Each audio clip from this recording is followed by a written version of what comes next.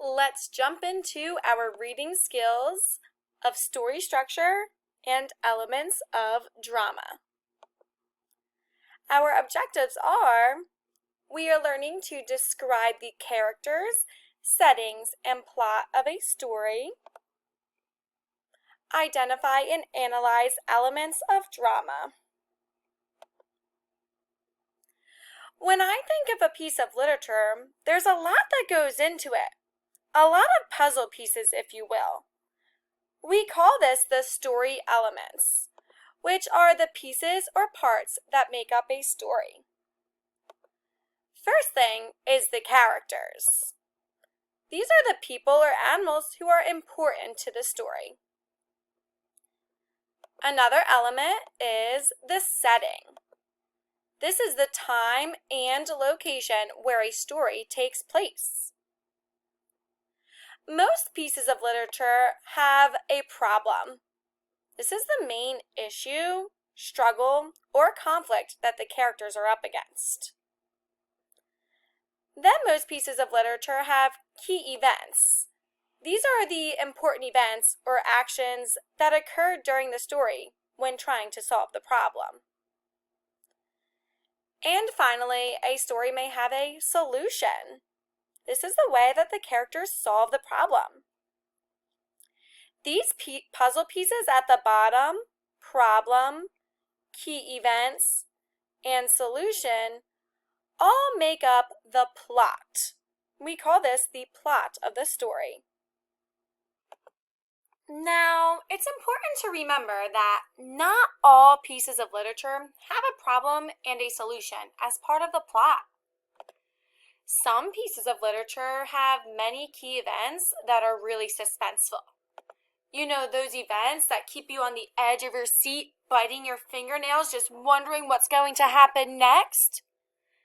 That's the case with our text of the drama or play that is titled Invasion from Mars. So if we were to outline the story structure of Invasion from Mars using this puzzle chart, we would have to exchange some puzzle pieces out. Instead of having problem and solution puzzle pieces, we would have key event puzzle pieces that still fit right in. We would have key events that occurred in the beginning of the text, key events that occurred in the middle of the text, and key events that occurred at the end of the text. These puzzle pieces still fit in perfectly to help us understand the structure of the story, and specifically the plot of the story. And when we describe key plot events, we must sequence. You know, when you tell the story in time order or sequential order. Pause right here and think about what would happen to your comprehension if you described the plot of a story out of order.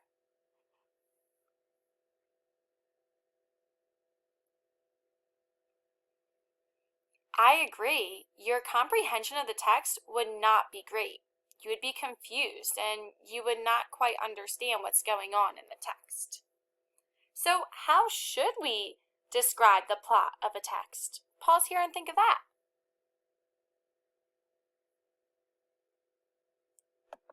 I agree. We should tell the beginning key events, the middle key events, and the end key events to better understand what's going on in the text. How about we practice together? Let's think back to the play that we read a couple of weeks ago, The Power of Wow. Can you recall any characters from this play? Pause here and think of a few.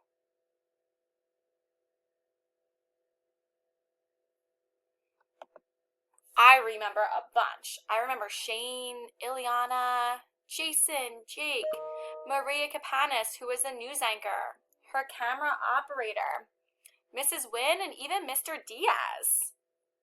Can you pause here to recall the setting of the text?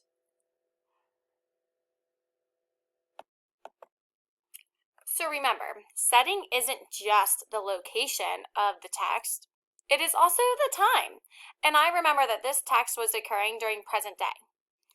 I also remember some events happening on Words on Wheels, the mobile library, and even the parking lot of Mr. Diaz's bakery at the time of the car wash. Now let's dig into the plot of this text. This text does have a major problem, some key events to solve that problem, and a solution that actually does solve the problem. Let's recall, what was the problem of this text? Pause here.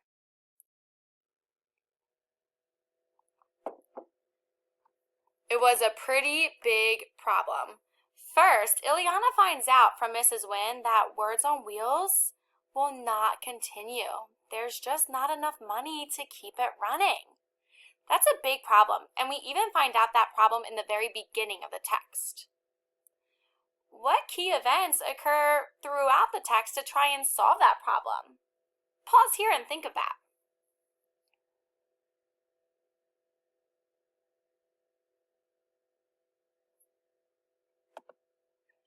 You're right. Then Ileana and her friends decide to have a car wash to raise money for WOW. They ask Mr. Diaz to use his bakery parking lot. He agrees because Mrs. Wynne gave him the best-selling recipe of his bakery. So what ends up being the solution of their big old problem of WOW possibly not going on? What happened at the end of the text? Pause here and think of that.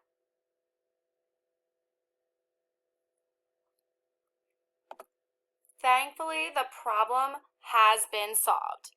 Finally, the news arrives to interview the kids. After they appear on the news, many people came to get their car wash and donate money to Words on Wheels to save that program. The kids were so excited. This right here is the whole structure of the Power of WOW text. We can use this chart here, this puzzle chart, to answer this important question. How does Mrs. Wynne giving Mr. Diaz a best-selling recipe affect the plot events of the Power of WOW? Think about this. How did her giving him that recipe really lead to the rest of the story? Pause here and think of that. Well, it was the whole reason why Mr. Diaz said yes to the kids using his parking lot. If it weren't for Mrs. Wynne helping Mr. Diaz by sharing a recipe that was a hit in his store, he might not have said yes to the kids using his parking lot for the car wash. The main reason why he did say yes is because how helpful Mrs. Wynne's recipe was to him. And if he didn't say yes to having the kids use his parking lot, then the kids would not have found a way to save WOW. So all because Mrs. Wynne gave Mr. Diaz that great recipe is the whole reason why Words on Wheels was saved. Let's jump into some elements of drama. Can you scan these 2 pages of the play and find something unique? Maybe some features that would not be in an informational text, or some features that would not be in a tall tale, or some features that would not be in any other fiction text. Pause here and tell me what you notice.